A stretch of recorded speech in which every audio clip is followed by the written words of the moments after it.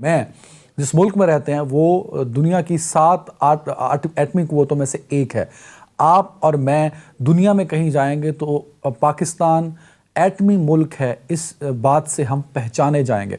जो हमारे साथ सुबकी हुई है, पूरी दुनिया में जिस तरह से पाकिस्तान का मजाक उड़ाया जा रहा है, जिस तरह से पाकिस्तान की बदनामी हुई है, क्योंकि इससे ज़्यादा आपकी सुबकी नहीं हो सकती। और अगर हम आज मौजूदा हुकूमत की बात करते हैं तो इस वक्त पाकिस्तान में पाकिस्तान तहरीक इंसाफ की हुकूमत है और इमरान खान साहब प्राइम मिनिस्टर ऑफ पाकिस्तान है। ये वो वज़ीर आज़म है जब वज़ीर आज़म नहीं थे और वज़ीर आज़म बनने की कोशिश कर रहे थे। तहरीक इंसाफ पॉलिटिकल स्ट्रगल कर रही थी, जलसे किया करती थी, मीडिया टॉक्स किया करती थी। तो आपको और मुझे अच्छे अच्छे ख्वाब दिखाए जाते थे कि हमारे पासपोर्ट की इज्जत होगी, हमारी इज्जत होगी, नया पाकिस्तान बनेगा, पुराने पाकिस्तान की हर रीत को, हर रिवायत को बदल दिया जाएगा। लेकिन आज जब मैं आपसे बात कर रहा हूं तो पाकिस्तान का एक तैयारा जो PIA का तैयारा है, जिसमें जो मलेशिया से आ रहा था पाकिस्तान, वो इसलिए रोक दिया गया और वो रोका भी ऐसे गया कि जहाज में बोर्डिंग हो गई, तमाम पाकिस्तानी उसमें बैठ गए और उसके बाद उनको जहाज से उठाकर बाहर निकाल दिया गया कि जहाज की जो लीज की रकम है वो अदा नहीं की गई। तो शहबाज गिल साहब ने आज जो इंसिडेंट हुआ, जो कि बाइस शर्मिंदगी है पूरी दुनिया में, कि एक जहाज को बोर्डिंग के बाद मुसाफिरों को उतार दिया गया, ये बहुत बाइस शर्मिंदगी है इस मुल्क के लिए, नए पाकिस्तान के लिए और एटमी पावर पाकिस्तान के शहरियों के लिए। तो शहबाज गिल साहब कहते हैं कि ये तैयारा जो रोका गया इसमें भी पिछली हुकूमतों का कसूर है, क्योंकि ये तैयारा पिछली हुकूमतों ने लीज पे लिया था। मतलब ये हुकूमत और इस हुकूमत के लोग किसी चीज़ को ओन करने पर तैयार नहीं है। ज़रा इस शर्मिंदगी पे बात करेंगे, क्योंकि शर्मिंदगियों पे बात करेंगे तभी शायद हमारा मुस्तकबिल बेहतर होगा। कि नए पाकिस्तान में महंगाई का खात्मा हो चुका है। जो चीनी 54 रुपए किलो होती थी अब 100 रुपए किलो भी नहीं मिलती, लेकिन इस मुल्क में महंगाई नहीं है। जो आटा 50 रुपए किलो मिलता था वो 50 रुपए किलो में भी नायाब है, लेकिन इस मुल्क में महंगाई नहीं है। PIA से मुसाफिरों को उतार दिया गया और आप और मैं होते तो हमारे लिए बड़ी शर्मिंदगी की बायस होना था, और अभी भी शर्मिंदगी की बात है। दुनिया भर में जग हसाई हो गई हमारी। सर बहुत शुक्रिया। शर्मिंदगी आपने इंट्रो में भी इतनी दफ़ा इस्तेमाल किया और अभी भी आप उसी बात पर मुस्तर हैं, लेकिन शर्मिंदगी किसे होती है? शर्मिंदगी उस शख्स को होती है जिसके जहन में, जिसके ख्याल में, जिसके तसव्वुर में कोई एक पैमाना हो ख़ास कि मैं इस हद तक ये काम करूँगा और ना कर सकूँ तो मेरे लिए ये बाइस ज़हमत या बाइस शर्मिंदगी होगा। जब आप सिर्फ नाज़ा और फरहां, एक तो वो 92 का वर्ल्ड कप उस पे हों, दूसरा ईमानदार पे हों, हैंडसम पे हों, तो फिर आपका PIA इससे पहले कहाँ पहुंचा? आज कोई बड़ी बात तो नहीं है उससे जो कुछ हुआ, लेकिन दूसरे लिहाज से बहुत बड़ी बात भी है कि वो जो बैनुल अक़वामी सतह पे और इस्लाम की और मुल्क पाकिस्तान की नुमाइंदगी और क्या से क्या नारे और क्या दिल फरेब वो वादे थे, और आज जिस मुकाम पर हम खड़े हैं, आपने चंद चीज़ें गिनी, लेकिन आप गिनते जाइए। सबसे पहले मैं मतलब अपने आप से शर्मिंदा हूं।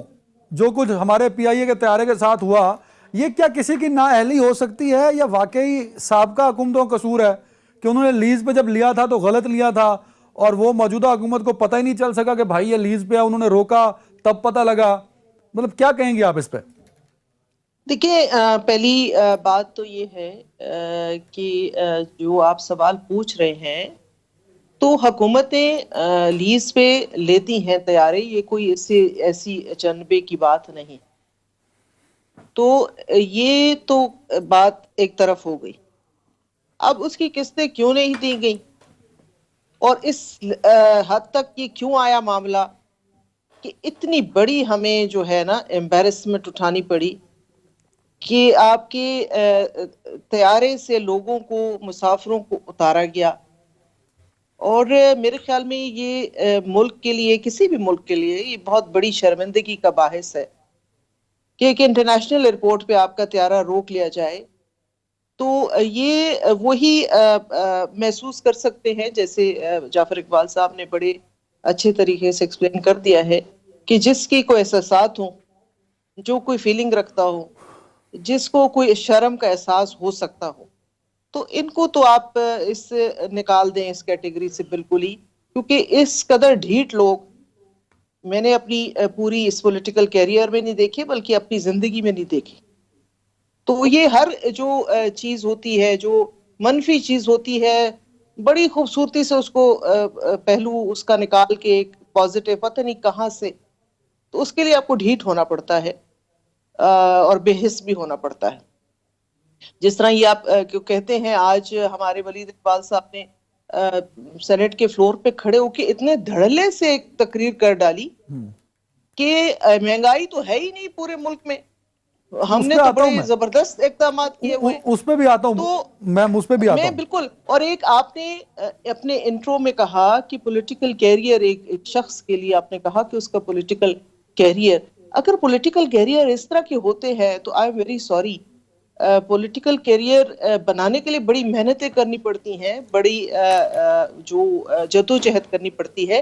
हाँ, अलबत्ता ये हो सकता है कि जैसे आप एक अच्छी यूनिवर्सिटी से पढ़ के आए तो आपकी डिग्री की कुछ और अहमियत होती है, और या आप एक दुकान के ऊपर बने हुए जो सो कॉल्ड कॉलेजेस होते हैं उसमें से अगर अपना क्वालिफिकेशन करा के आए, बिल्कुल ठीक, तो वो जरूर क्वालिफिकेशन वो पॉलिटिकल हो सकती है। फिरदौस साहब सर, ये वैसे समझ से बालातर है कि इस मुल्क की बिजली चली जाए तो वो अगले दिन प्रेस कॉन्फ्रेंस करके कहा जाता है कि हमें पता नहीं था, धुंध बहुत पड़ गई, फोग बहुत पड़ गई, तारों को वॉश करना था, तो अगली दफा हमें पता लग गया, अब तो अगली दफा ब्रेकआउट नहीं होगा मुल्क के अंदर। प्लेन को से सवारियों को उतार दिया जाता है तो आप लोग कहते हैं कि पिछली हुकूमतों ने लीज पे लिया था, हमें तो इसके पता ही नहीं था, कोरोना की वजह से मामलात को हम सेटल डाउन कर रहे थे। सर, ये मुल्क है या एक लेबॉर्ट्री है जिस पे तजर्बात हो रहे हैं? सर, कोई चीज ओन करने को तैयार नहीं है आपकी गवर्नमेंट। 2.5 साल का टेन्योर गुजार चुके हैं। मोहतरमा बेनजीर भुट्टो साहिबा की पहली और दूसरी गवर्नमेंट से ज्यादा टाइम एक वक्त में आप गुजार चुके हैं। सर, मैंने बड़ी क्लियरली कहा शर्मिंदगी की बात है, और इस शर्मिंदगी की बात हु इज रिस्पॉन्सिबल सर आपकी नजर में? जी, मेरे ख्याल से पीआईए की, देखिए very clearly it's the management of PIA. Air vice marshal साहब से इस्तीफा लेंगे? जी, मैं पहले तो उससे लूंगा ना जिसने डील की थी, अरशद मलिक साहब से हाईलाइट किया। मैं फाइनेंस के हेड से लूंगा सबसे पहले, फाइनेंस मिनिस्टर से लीज के। नहीं, देखिए मौजूदा फाइनेंस, एक मिनट, जी आई हैव टू आइडेंटिफाई, अगर बात ट्रेसेबिलिटी मिनिस्टर के नॉलेज में है और उसको पता है तो उसका, मेरी कंपनी के अंदर अगर कोई 80-90 गाड़ियां हैं जो लीज पे हैं, अगर उसका लीज का पेमेंट डिफॉल्ट हो जाए तो मैं जिम्मेदार हूं? नहीं, आई गॉट अ पर्सन। आप महाना मेरा फाइनेंस का बैलेंस शीट देखते हैं अपनी कंपनी की? जी, मैं बैलेंस शीट देखता हूं, लेकिन उसमें ये नहीं देखता कि कहां से क्या आना था, कौन सी गाड़ी का लीज पेमेंट एक्सपायर हो रहा है या नहीं हुआ।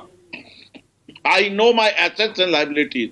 मैं सुना था कश्ती डूबने पे वजीर आजम इस्तीफा दिया करता है, आज तो मेरे पाकिस्तानी उतार लिए गए, इसीलिए तो मेरे अपने जहाज से उतार लिए गए।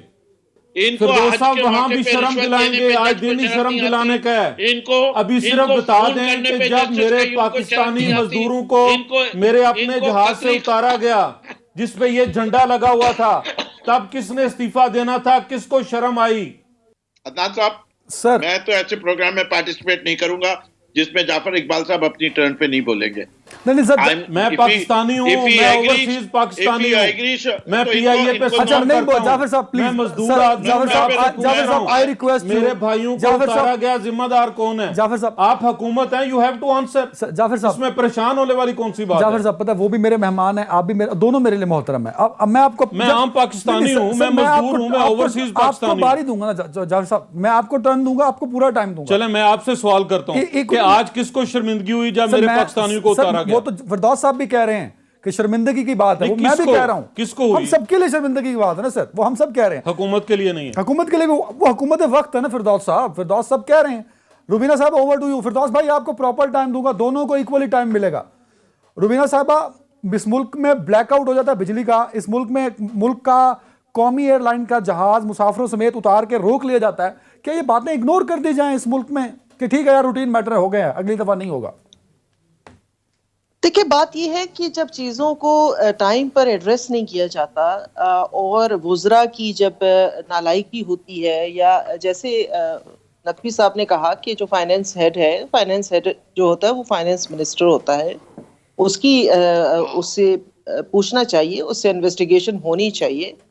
अब वो नेचुरली ये किस टाइम पर नहीं दी गई, ये लैप्स था, और नेचुरली जिसका भी था उसको रिस्पॉन्सिबल ठहरा के, ये नहीं कि नीचे से बेचारे किसी को पकड़ के तो उसके ऊपर सारा मलबा डाल दिया जाए।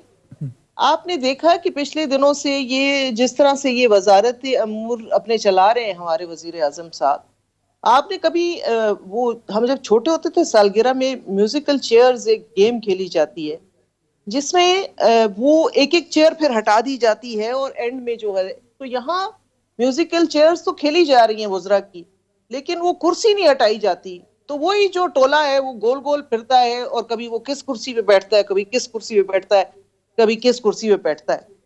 अगर एक शख्स जो है वो एक वजारत नहीं चला सकता, उसमें वो नाकाम है और वो बुरी तरह पिट जाता है, तो आप उसको दूसरी उससे ज्यादा इंपॉर्टेंट वजारत पकड़ा देते हैं कि चलो, जैसे बच्चे को खिलौना एक तोड़ दिया तो चलो ये दूसरा ले लो, इससे खेल लो।